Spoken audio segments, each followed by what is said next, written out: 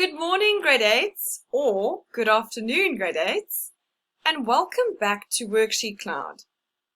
Thank you for joining me again. This is grade 8 English, and you know the drill. If you have a question or a query regarding today's lesson, please send an email with your question to grade8@worksheetcloud.com. I hope you're not waking up too late and starting your day off at 12 o'clock. I'm Mrs. Goslet. To those of you who know me, hello again. To those of you who don't, welcome, and I hope you enjoyed today's lesson. Today's lesson is on parts of speech, and if you can remember, right back into the beginning, the first lesson that I did was called interjections. And that forms part of parts of speech. Now, today's lesson is all about nouns. Now, most of you should know what nouns are. If you want, you can grab a piece of paper and a pen, and you can write down some of the examples or definitions that I give you. So I spoke about we've done interjections. Today we're going to be looking at nouns, and for the rest of the weeks ahead, we're going to go through each part of speech. Let's get to it. So what is a noun? Now, if you want to write this down, you're more than welcome to pause the screen, but we're going to go through it.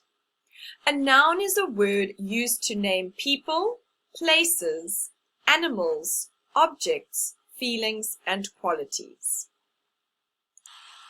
Now, in a test or exam, they're not going to ask you for the definition, but this is to help you understand it better and help you to remember it.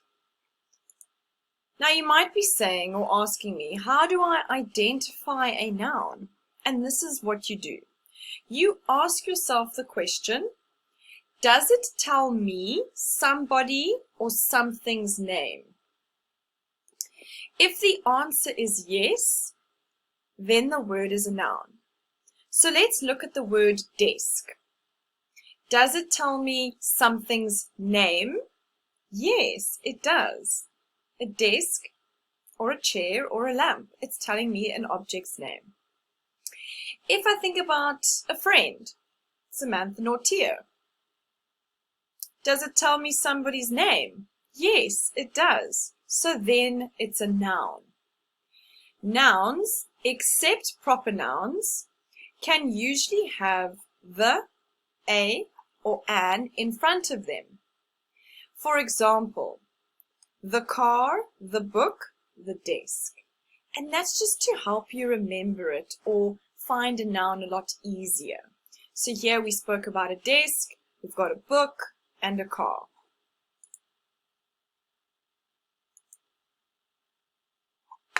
It's a bit slow today, sorry about that. Types of nouns. Now this is what they're going to ask you in a test or exam. So you must be able to identify that it's a noun and then what type. Now if we look at number 1 and number 2, these are the most commonly asked nouns in a test or exam. So you have to know all 6, but these 2 come up a lot of the time. So you have to know what a common noun is, and you have to know what a proper noun is. So if your mom wakes you up, or your dad, or your brother, or your sister, or anyone wakes you up in the middle of the night, and they shake you and they say to you, Calvin, what is a proper noun? You must be able to tell them or give them an example. And for me, especially when I was studying or learning, I would always read the definition or study the definition, and I'd always attach an example or a picture. So that when I came to the test, I would remember common noun equals desk, object, name of object. And then in the test, I would look, okay, is the same as a desk. It's a chair. It's an object, it's a name. So then my mind understands and it knows, and I will remember. Okay, so let's go through it. Common nouns, proper nouns, collective nouns, abstract nouns, agent nouns, and a compound noun. Now this last one is usually asked towards the end or the language section or in the punctuation section, and they usually ask for a function. But we will get into that a bit later. Let's look at a common noun. Right, so common nouns are names of people, things, animals, and places. I do apologize that my examples have capital letters. I think it just auto-corrected when I typed it in, but I meant it to be small letters. So, names of people, man, boy, girl, that type of thing. Then things, books, window, chair, pen, table, house. Then animals, or yeah, a house would probably be a place. So animals would be monkeys, tigers, cats, dogs, whatever. Then if of a place could be a church. Now it's important to note, we're not saying the specific name of the church. We're just saying, we're looking at a building and we're going, that place is a church. Now, if it was a proper noun, we would give the name of the church. So like Edge is a church in Edgemead. So it's a name of a church. So that's a proper noun. And just like Edgemead is a place, like Durbanville, therefore it is a proper noun. So these are all our common nouns. So I referred to proper nouns a little bit in the previous slide, but it's sort of the same thing, but it's referring to a particular or specific thing, or people, or animals, or places, days, and months. And a nice indicator is that, oh, sorry about that. It's nice to know that, or a thing to note is that it's got capital letters. So a proper noun begins with a capital letter. And I've got the beautiful Paris over here. I've been there and it is absolutely magical. I'd love to go again. I went on a sports tour with hockey players. So I'd love to actually go one day with my husband. It would be really a dream come true. So let's look at people. So a name, George Bush. I've just taken the president. So it can be any name. It can be Robert Goslet. It can be the comedian Trevor Noah. So there would be capital letters and it would be known as a proper noun. It's a name of a person. Then, I hope this is right. I've got a confession to make. I don't really read newspapers. So I think it's called the Cape Argus.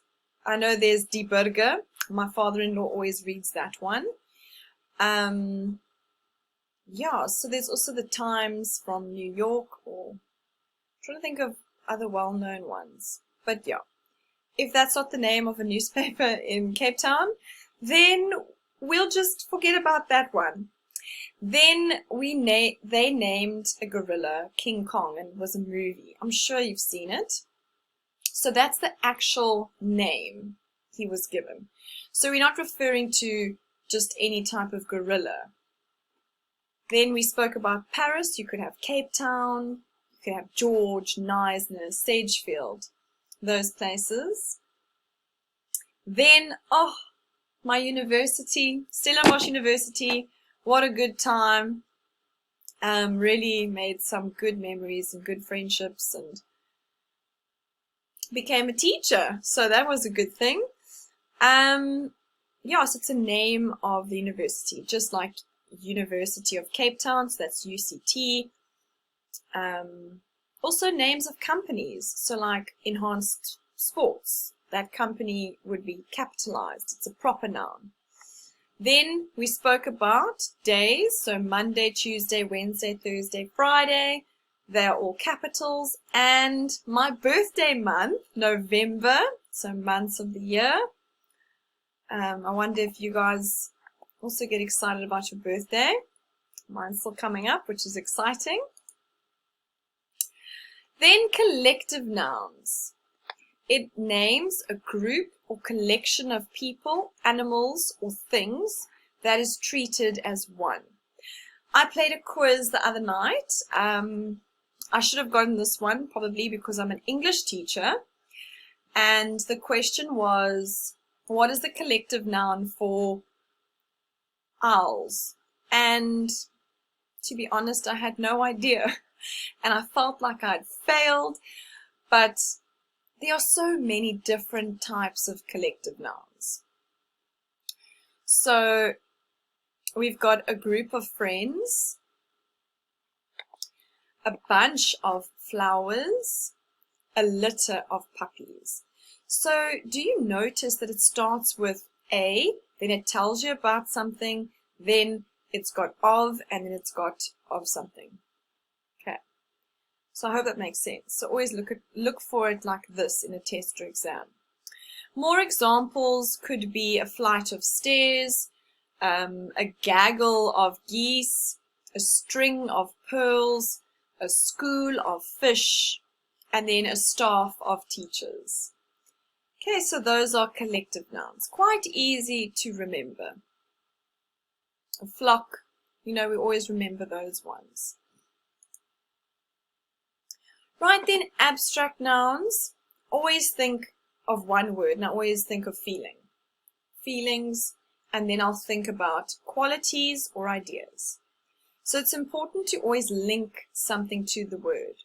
So abstract, I can't touch it. I can't touch love. So it names anything that has no actual physical existence. Things you cannot touch, like feelings we spoke about, qualities or ideas. So these are feelings. Friendship would be an idea. Love is a feeling, hate is a feeling, jealousy is a feeling.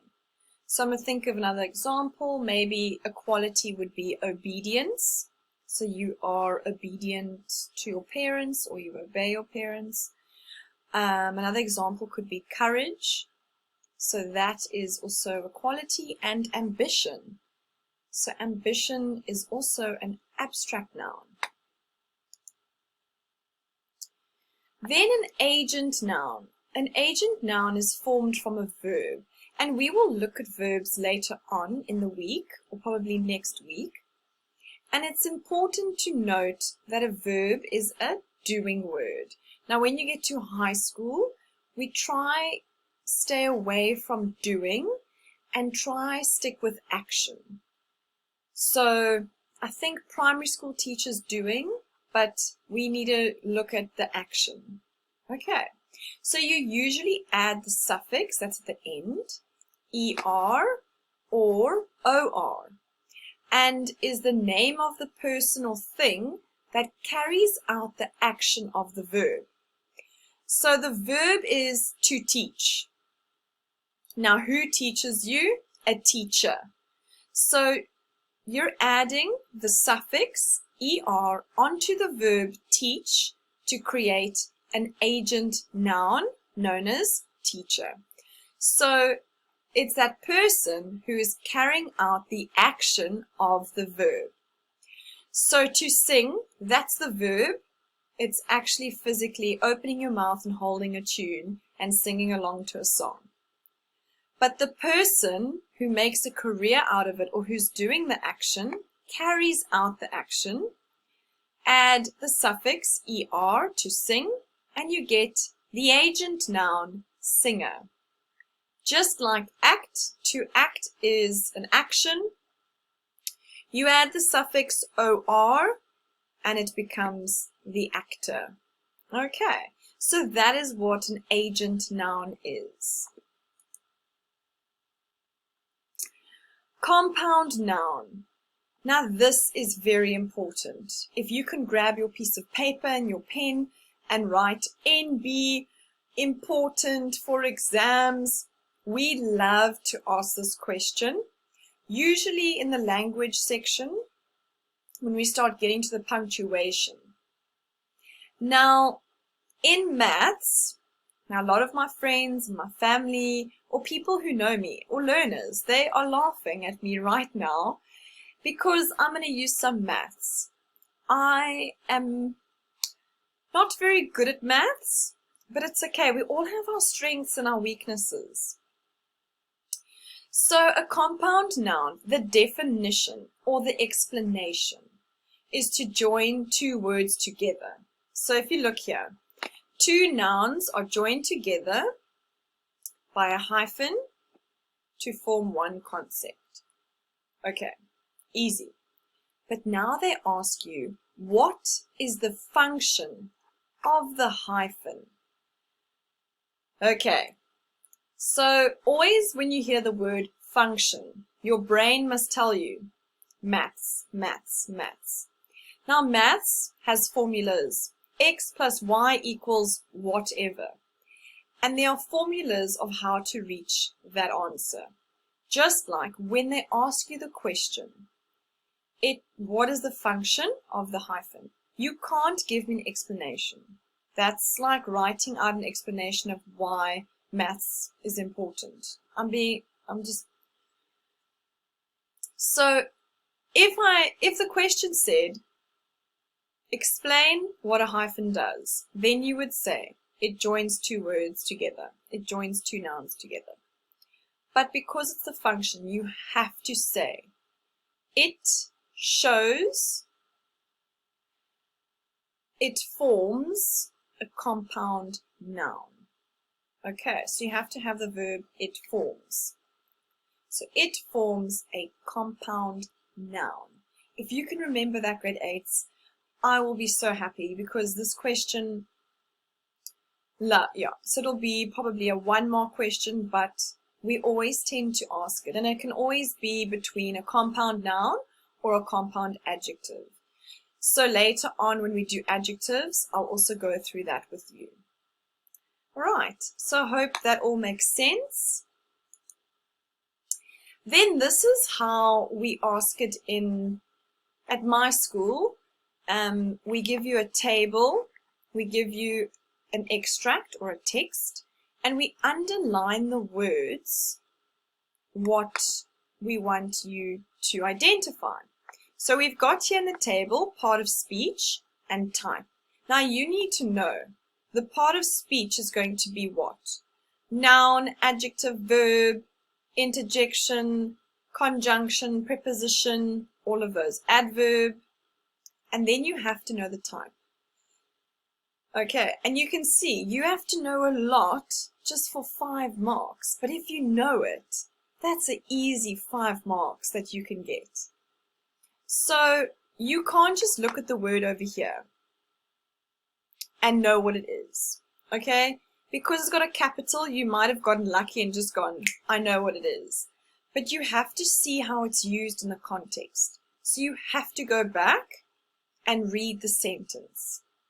It was back to basics for the Duchess of Cambridge. So we know it's a noun. It's not a common noun. It's telling us more about this place, what title she has. So it is a proper noun. So you would write on your answer sheet, noun, proper. Okay. See if you can do this table. I'll put it on when we do our next, I'll put it on for our next lesson. You can get the answers then. So in English, especially in grade 10, 11 and 12, in the language paper, we ask you textual editing. That's what it's called. And in grade 10, 11 and 12, you must know these rules off by heart, because it's so important for you to remember this. We don't ask parts of speech, table, or what is the type of noun in 10, 11, and 12. We ask more textual editing, and it's for 10 marks, and many of my learners forget. I teach it in grade 10, we revise, and they just always forget it. So you have to practice and you have to study it. And like I said, your mom must wake you up, or whoever's in the house come and tell you what is a countable noun, and you must be able to tell them what it is. So let's look at it. So we're going to look at countable and uncountable nouns today. Now this will be asked in the language section. They could ask you this. And it refers to individual countable items. So I want you to sit back. I want you to look around your room if you're sitting in a study and just observe and try and find what are the nouns. So if I look around here, there's a bed, there's a table, there's a lamp, there's a window, there's a chair, and there's only one of each, so I can count them all. But if I look at my hair, I can't count my hair. I would have to take strand by strand, and I'll be here forever because my hair is really long, and count the strands. That I can count. Okay, because hair is a noun. Let's look at my examples. I've got books. Yes, we can count the number of books in my bookshelf. Apples. I've got a sack of apples, not too many in there. Some sheep. I've actually got a farm nearby. There's more cows than sheep. Birds and pens. We can count all of these. So it's important to note, even if you're in the classroom, you look around. I've got 30 desks in my classroom. I've got 2 fans. I've got 1 big desk, 1 chair, 30 learners' chairs. I've got 12 posters. So I can count all of those nouns. Okay. And when a noun is countable, we use the adjective fewer and many. Now you must know this, because in a tester exam, they're just going to have, he has less friends on Facebook. Now that sounds right, doesn't sound wrong. But he has much real friends. Now that doesn't sound right. So it has to be fewer friends because it's a countable noun, and many real friends because it's a countable noun. For uncountable nouns, we use less and much. That's the rule, that's how it is, and you must know that. So uncountable nouns refers to a mass which cannot be counted. Just like I explained with my hair, I can't count my hair. I can count the strands.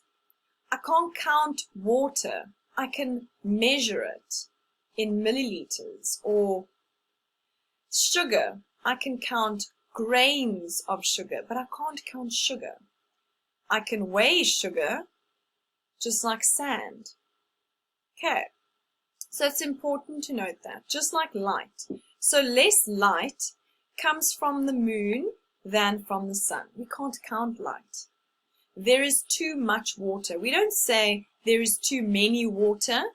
It's not a countable noun. It's an uncountable noun. Therefore, I'm using much. Okay. If I look in my flat, I can count all the light switches. I can count all the lights. All right. I hope you learned something new, and I really hope that you understood the parts of speech and nouns. Before you go, we're going to recap. So we looked at nouns today. Tomorrow we're going to look at pronouns, and we will carry on the weeks ahead looking at parts of speech. I know it's a lot to remember, but try find ways that your brain will absorb. So if you're a visual person, get pictures and study that way. There's an activity before you go, just one for me, please will you do that? And then again, grade 8s, if you have any questions, please email us at grade8@worksheetcloud.com. Motivation for today is don't be pushed around by the fears in your mind.